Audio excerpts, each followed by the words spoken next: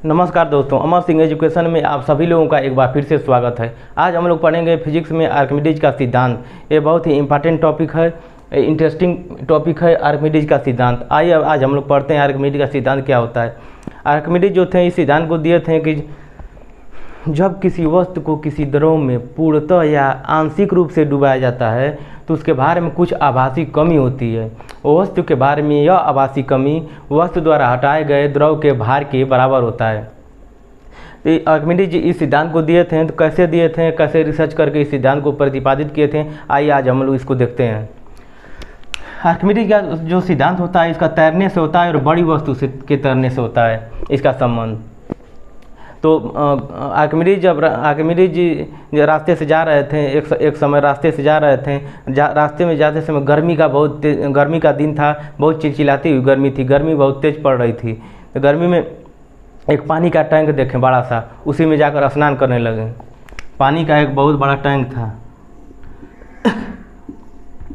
पानी का एक बहुत बड़ा टैंक था, उसी में जाकर स्नान करने लगे। उसी में स्नान आर्किमिडीज जी जाकर उसी में स्नान करने लगे। स्नान करने के बाद कहें कि वाह कितना आनंद मिल रहा है। 1 घंटे तक गर्मी से राहत मिलने के बाद 1 घंटा स्नान करने के बाद उनको ये महसूस हुआ कि हमारे वज़न जो होता है, वज़न हमारा जो होता है वो पानी में हल्का महसूस क्यों हो रहा है। पानी के बाहर हमारा वज़न ज़्यादा होता है, ज़्यादा लगता है, लेकिन उसकी अपेक्षा पानी में हमारा वज़न हल्का क्यों महसूस हो रहा है। उन्होंने ये फीलिंग किया। इसी पर उन्होंने रिसर्च किया। आर्किमिडीज जी इसी पर उन्होंने रिसर्च किया। क्या रिसर्च किया, आइए हम लोग देखते हैं।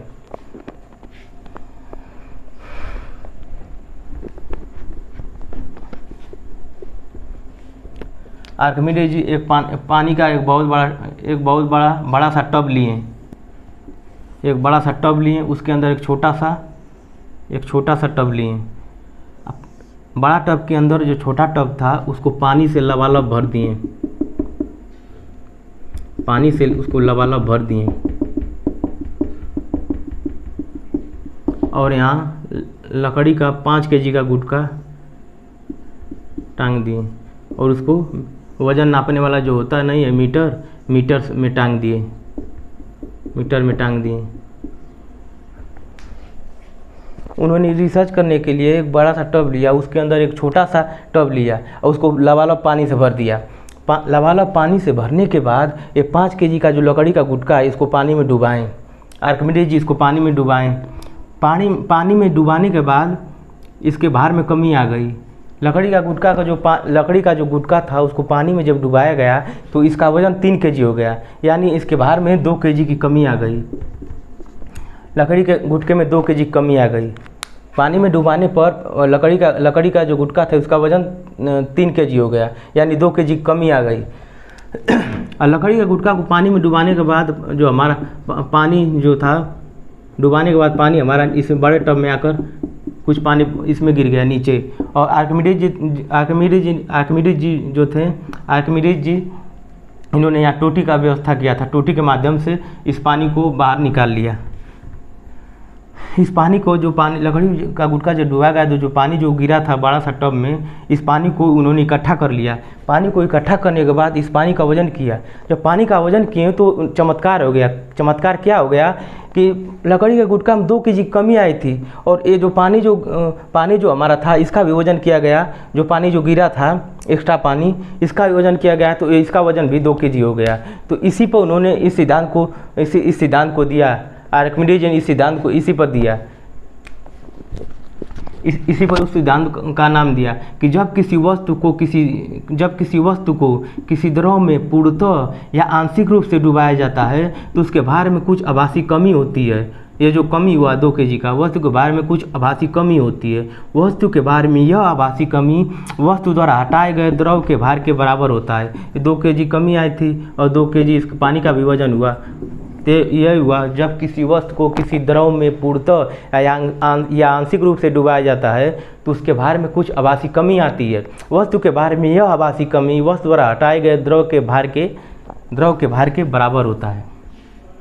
आर्किमिडीज जो थे इन्होंने तैरने पर 3 सिद्धांत दिया था। क्या दिया था आइए देखते हैं। 3 सिद्धांत इन्होंने दिया था और इन्होंने बोला था कोई भी वस्तु इस बात पर निर्भर करती है कि वस्तु का वजन कितना है और वस्तु जल कितना विस्थापित कर रही है, इस पर डिपेंड करता है। तो उन्होंने 3 सिद्धांत जो दिया था, आइए हम लोग देखते हैं।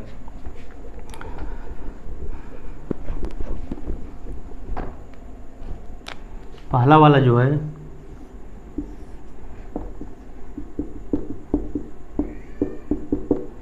वस्तु पानी में डूब जाएगी, वस्तु पानी में डूब जाएगी, ये हमारा पहला है। और सेकेंड वाला जो है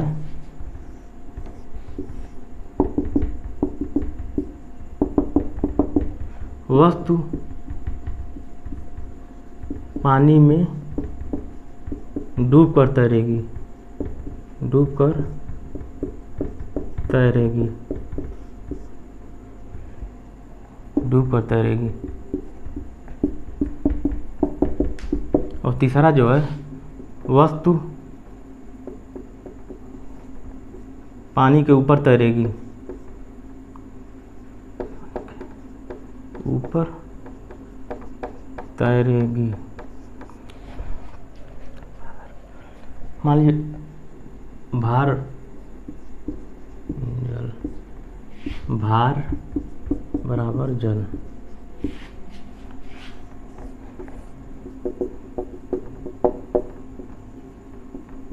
भार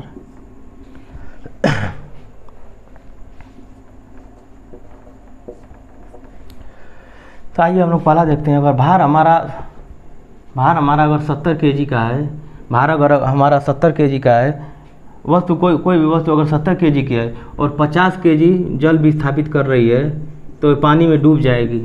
कोई भी वस्तु अगर 50 kg की है और जल जो है कोई भी वस्तु अगर 70 kg की है और 50 kg जल विस्थापित करेगी तो पानी में डूब जाएगी, वस्तु पानी में डूब जाएगी। अगर कोई वस्तु 70 kg की है और 70 kg जल विस्थापित कर रही है तो वस्तु पानी में डूब कर तैरेगी, वस्तु पानी में डूब कर तैरेगी। और अपने भार के बराबर ही अगर जल विस्थापित कर रही है, 70 kg के और 70 kg जल विस्थापित कर रही है तो पानी में डूब कर तैरेगी। और अगर कोई वस्तु 70 kg की है और 80 kg जल विस्थापित कर रही है, 80 kg अगर कोई वस्तु 70 kg की है और 80 kg जल विस्थापित कर रही है तो वस्तु जो है पानी के ऊपर तैरेगी।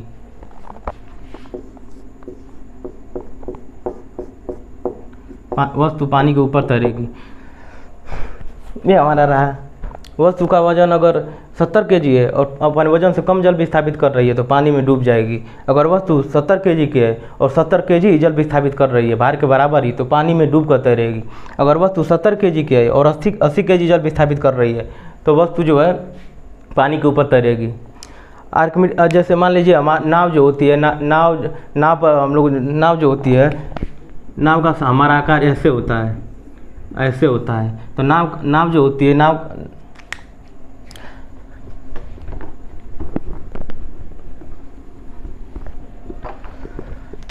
हमारी ऐसे होती है, नाव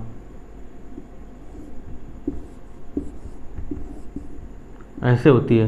तो नाव जो होती है, नाव हमारी नीचे के एरिया ज़्यादा होती है। तो नाव जो होती है नीचे के एरिया जब ज़्यादा होती है तो ज़्यादा जल विस्थापित कर देती है, तो इसलिए पानी में नहीं डूबती है। जैसे मान लीजिए नाव का वजन 100 kg है और 125 kg जल विस्थापित कर देती है, इसीलिए नाव पानी में नहीं डूबती है। और अंदर से खोखला भी होता है तो नाव अपने भार से अधिक जल विस्थापित कर देती है, इसलिए नाव पानी में नहीं डूबती है।